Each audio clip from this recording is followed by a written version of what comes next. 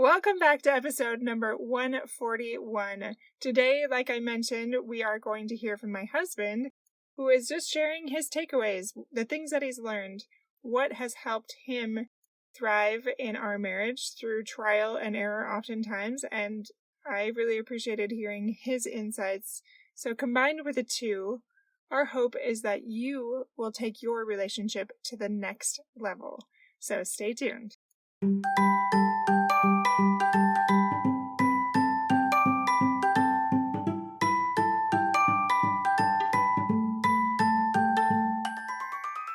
Hey parents, welcome to Fulfillment Therapy. Do you want to raise your kids better and have a stronger marriage?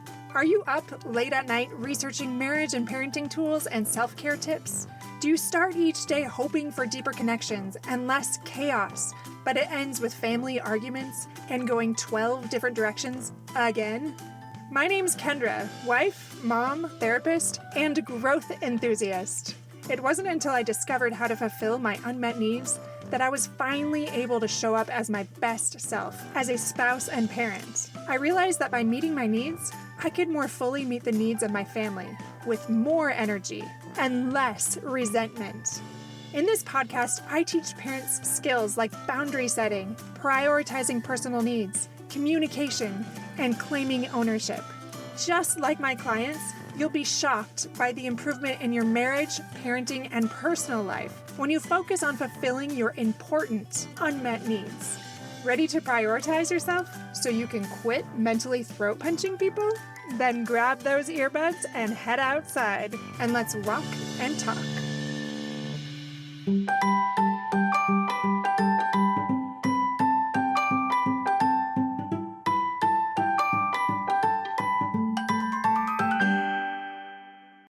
All right, I've been asked to share lessons from 19 years of marriage. That sounds exciting. It's kind of hard to believe. I feel so young. Well, here we go. Stay but step back. Pray together. Make decisions together. Say no. Don't run faster than you have strength or means provided for you to do certain work. Saying no to certain things is saying yes to the most important things, keeping first things first. Be accountable. Will allow yourself to be accountable and you report on what you've been doing, then it follows that it's okay that you ask what your spouse is doing, which holds them accountable, but it also keeps you guys connected and understanding each other so that things don't get out of hand. You don't get too far down the line with things out of order. Do a marriage and or household tasks inventory. This is important. Sometimes we can get so overwhelmed with certain stages and responsibilities that we become quite blind and skewed and think, oh, I've got so much going on. We know from human nature that just because someone says something's hard or acts like it's hard doesn't mean that it's that big of a deal. Now, it might be to them, but a lot of that is perceptual. And as soon as things are put into perspective, we can perform differently. So get really objective. What are all the different things being done in the partnership? And who's doing them, and how is it going? And then what adjustments are obvious to be made, and could you make? That's also really exciting, too, when it comes from a gratitude standpoint, because then you realize, oh, I'm so grateful for my spouse. Step back, create a little room, and make the unconscious conscious. Stepping back allows us to kind of get unstuck and allows us to wake up and can refresh us, allow us to inspire us to lean in. Say thank you. Say I'm sorry. Trust but verify. Stay close to Christ and do your own work. Premarital counseling, I highly suggest it. Premarital one-to-one counseling or consulting, coaching, I highly suggest it. Getting to know you, your story, your narrative in life. Like, do your work and wake up to yourself before you're with someone else. Because then what you're going to do is you're going to attract someone that's also awake. You can have similar values and it'll all work out, but it's easier to wake up and then get married, not get married, then wake up. Obviously, find someone with similar values. It's huge. It's important. We bring our pasts into the marriage, so just accept that and know that as you're dating someone. I think most importantly, like praying together and praying about your spouse. Fortunately, that's what I did, and it's worked out phenomenally. If it wasn't for that, and I didn't get the answer that I got, it would have been very, very challenging. But because I got the answer that I got, there was no question in my mind. I've always just been able to lean on that. Even the darkest moments, I can't deny the experience I had when I knew that it was the right decision to marry Kendra. Just fantastic. I mean, it's beautiful. I'm grateful for it. Believe in your spouse. This inspires them. And there's a high cost to not believe. High cost. Understand and accept your spouse's needs and your needs. And then just seek to meet them.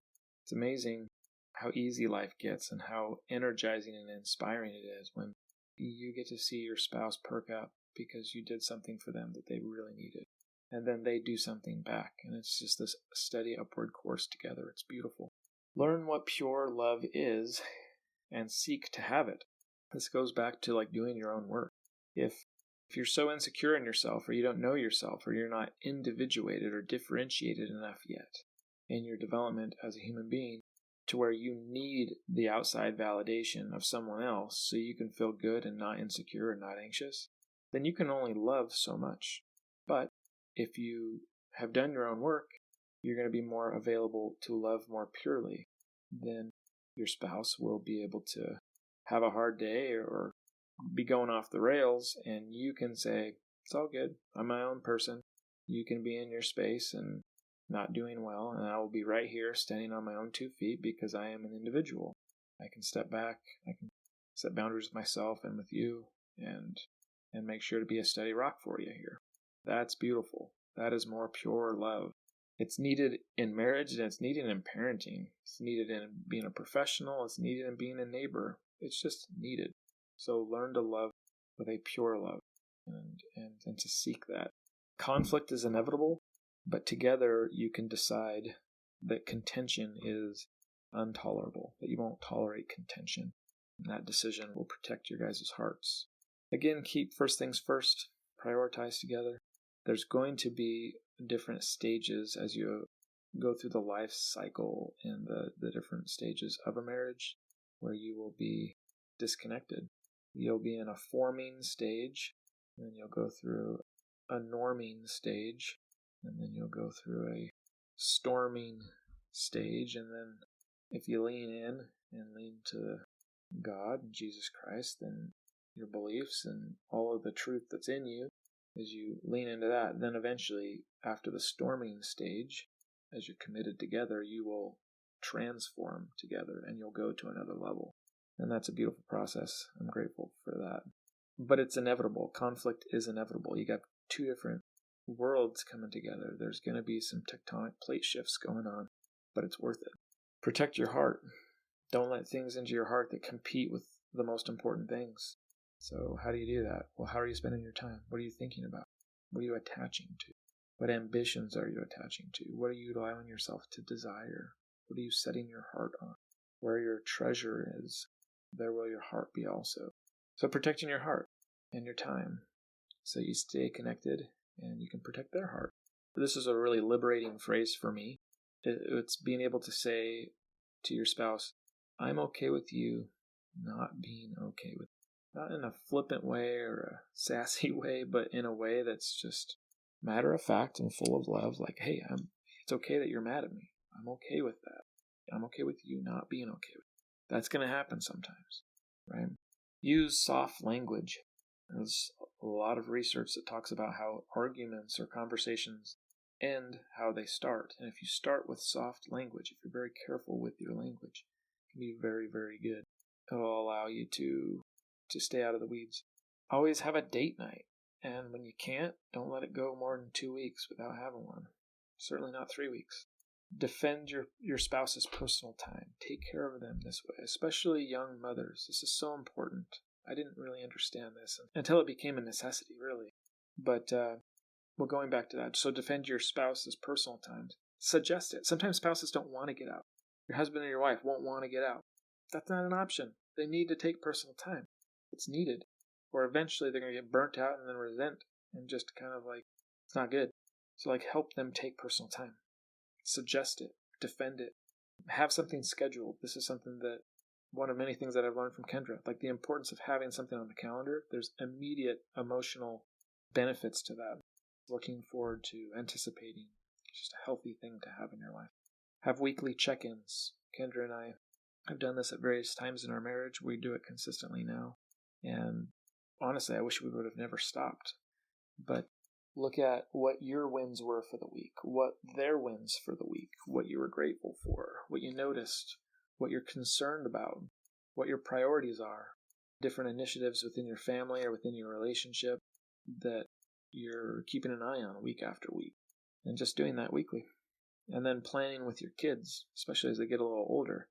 But how cool is it to think about modeling for them? Hey, we just had our executive council in our family, the parents, time management, going over the schedule, going over just how our relationships are, different concern, both within our relationship, but also within our household and within work, everything. And then right after that meeting, having a family council where they have the right to schedule and start to develop time management skills. And one of our sons was really upset recently. It's just like, I don't want to go. And it's like, you know what? I can't blame you. We didn't tell you. And you're 13. We can't just jerk you around. Like, that's not respectful. So we're going to start respecting your time. And now we have this family council. We do it on Sunday mornings where we talk about the week and plan things out. It's not rocket science, but like, are we doing it? And it's been great. And they recognize, yeah, we agree as a family. Every one of us in our family agrees that we want to support each other in the activities and extracurriculars that we're doing, going to dance recitals, and tennis matches, and all these things. But we need to know ahead of time so that with a willing heart and a prepared schedule, like, we can show up. Protect your sacred spaces, your kitchen table, your bedroom. Don't let these places become conditioned in a negative way. If you allow yourself to bring up really high conflict or stressful things right before bed, in your bed with your spouse, night after night after night. I mean, there was a time where I couldn't even, it was terrible. Like, I didn't want to sleep next to Kendra because of what we have had allowed happen when it comes to just how we manage certain conversations and where we did it. It's good now, but it was rough for a while there. So protecting your sacred spaces. Touch, just the importance of touch in your marriage. And intimacy. Beyond, obviously, physical intimacy and sexuality. It's wonderful. It's needed for the plan to bring children into this world, and it's needed to express love in some of the highest forms and ways between man and wife. But it's just really needed in a non-sexual way.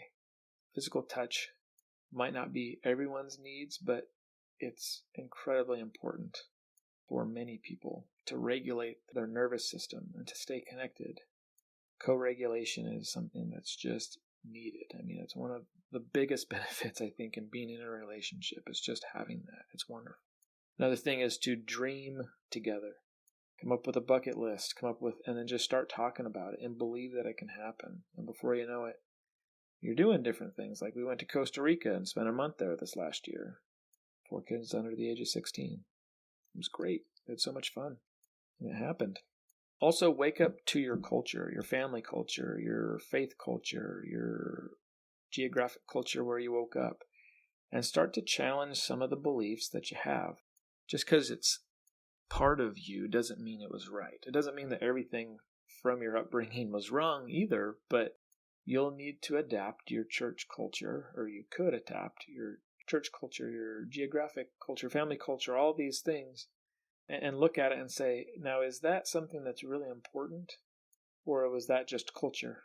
And if you can differentiate between the two, you can have more flexibility in meeting each other's needs. Invest in your marriage. Invest money in date night. You're not always going to have money, but do what you can to invest a little bit of money into date night, a little bit of money into education for your marriage. Just accept your spouse as they are. Don't try to control them. Influence them. Speak judiciously. Be very careful with your words, because you can't take them back. Can't take them back. And man, words are windows to the heart and where beliefs reside. And it can be really wonderful, or it can be really bad. Be vulnerable. Ask for what you need and share your feelings. Also, be willing to protect your heart. Like, if the other can't respond, then make sure that you are maybe meeting your emotional needs outside the marriage. Not in a romantic way, but like sometimes your spouse can't be everything that you need, and that's okay. I would say oftentimes that's the case. But be wise, have boundaries, but just recognize that you have needs, they have needs, and you can wisely counsel with friends and leaders and whatnot to wisely respond to unmet needs. Really work on expert communication. You can become an expert in communication. Why not, right? So these are just a few things. I mean, what I did was I just turned on my audio and I just kind of like monologued for about an hour. And then I listened to it and wrote all the things down. And there's a whole lot of awesome experiences that could illustrate all of these things. But I hope it's helpful. If there's anything specific that you would like to know more about on these, maybe Kendra, we could elaborate and do further content together.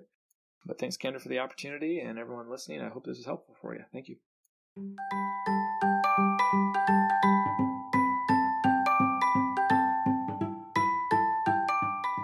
Hey friends, I hope you enjoyed today's episode. If you did, chances are someone else would too. Would you take 30 seconds to share this with a friend who's looking for greater family fulfillment?